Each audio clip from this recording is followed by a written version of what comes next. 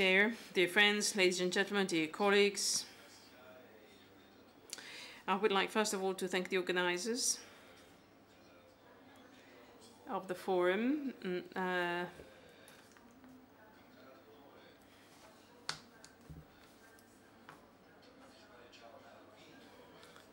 I'm very proud to be involved for the 5th time.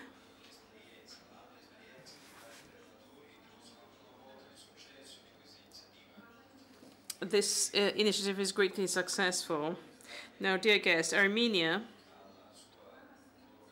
thanks to its geographical situation, has always been at the crossroads of trade.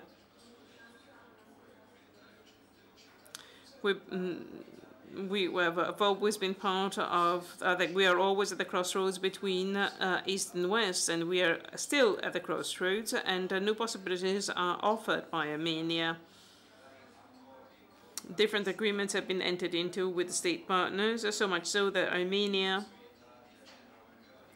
can have access to a market of over 300 million consumers with Armenian services and products are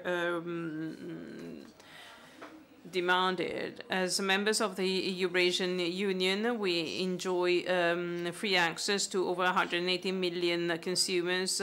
We join common borders, so there's a custom-free area. We can also get to Iran citizens. We enjoy a friendly relationship with all the countries on the Black Sea, so much so that we can enjoy trade also with a Eurasian country, with the European Union.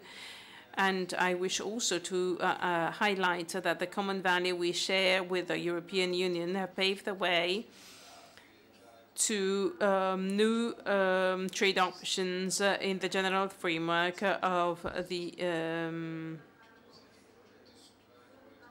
preferences. So the North-South corridor would enable Armenia to become the shortest transit between the Persian Gulf and the ports of the Black Sea.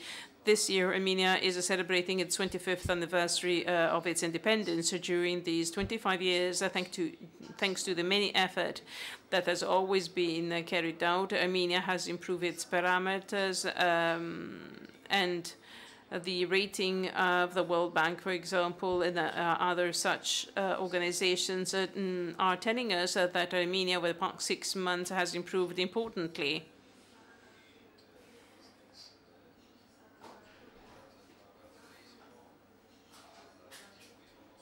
So we ranked 2043, now we rank at 25, and in terms of safe business organization, we rank 5th. Looking at the individual freedoms, we rank 54 out of 189 countries. So all these rankings, all these assessments are very reassuring. The Armenian government is still working to establish even closer ties so as to benefit the business community.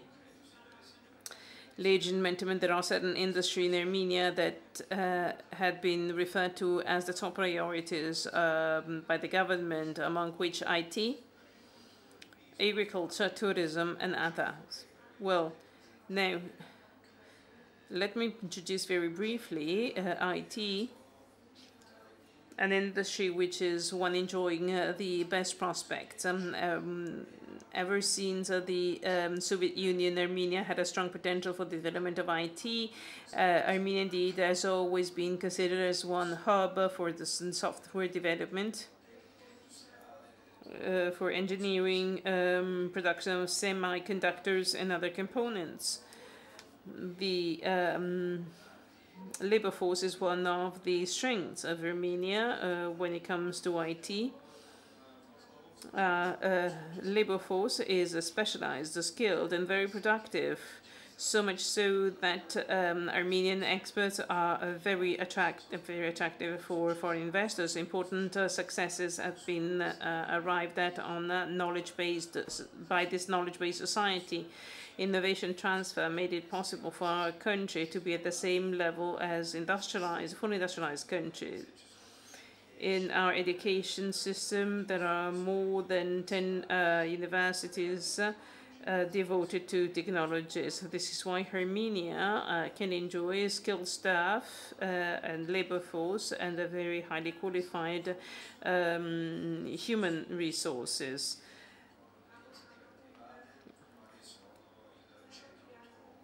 The Turon Center is one of the examples. The students of middle school can transform their ideas and dreams into products and technology solutions. Most of the students now address the IT and communication and technology industries because these are the ones that apparently are more promising. Universities by themselves cannot provide the students with a sufficient experience to find a job in the industry. To solve this problem, many companies, including also world leaders in the IT, as the Center for Innovation of Microsoft Armenia, IBM, and the Armenian Indian Center for IT, and other such institutions and local international bodies organized ad hoc training courses for students, laying emphasis on the development of innovative mindset. Web programming, cybernetic security, artificial intelligence, and so on and so forth. At Synopsys, Cisco, and Oracle, and other companies, such courses are organized. They have merged with Armenian companies. Such centers are based in Yerevan.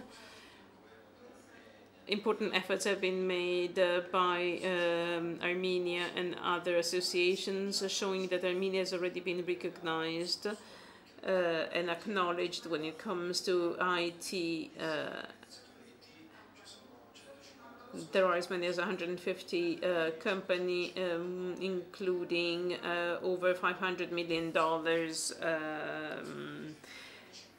And there are some 13 million people employed by this industry. IT grew by 21% last year,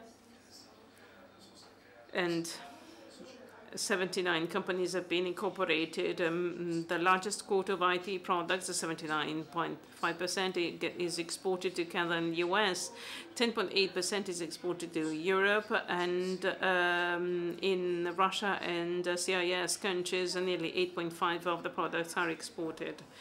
Among the other countries, there's the United Arab Emirates, that outsource their accounting and the banking systems. Last year, the legislators adopted acts to support IT industry, also with reference to the tax policy for these companies and the startups, including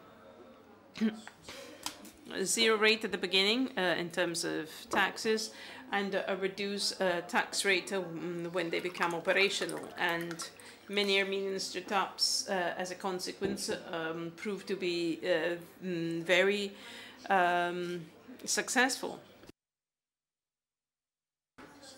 Let me refer to a number of success stories. Triada, Armenian center developing an app for the iPhone, which is called the Shadowmatic, was awarded the Apple Design Award at the conference of app developers. There's an app for PhotoPix art that was put together by Armenian experts.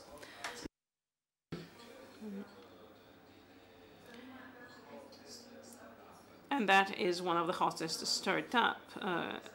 There's another Armenian startup, Soloner, which is very important in the virtual community of encoding. It is one of the 10 best startups for 2015. Now, to conclude, let me thank once again the organizers of this forum. I'd like to highlight that such fora are all necessary. Thanks to our joint efforts, I am sure that words are going to be translated into facts for the good of all our peoples. Thank you very much for your kind attention.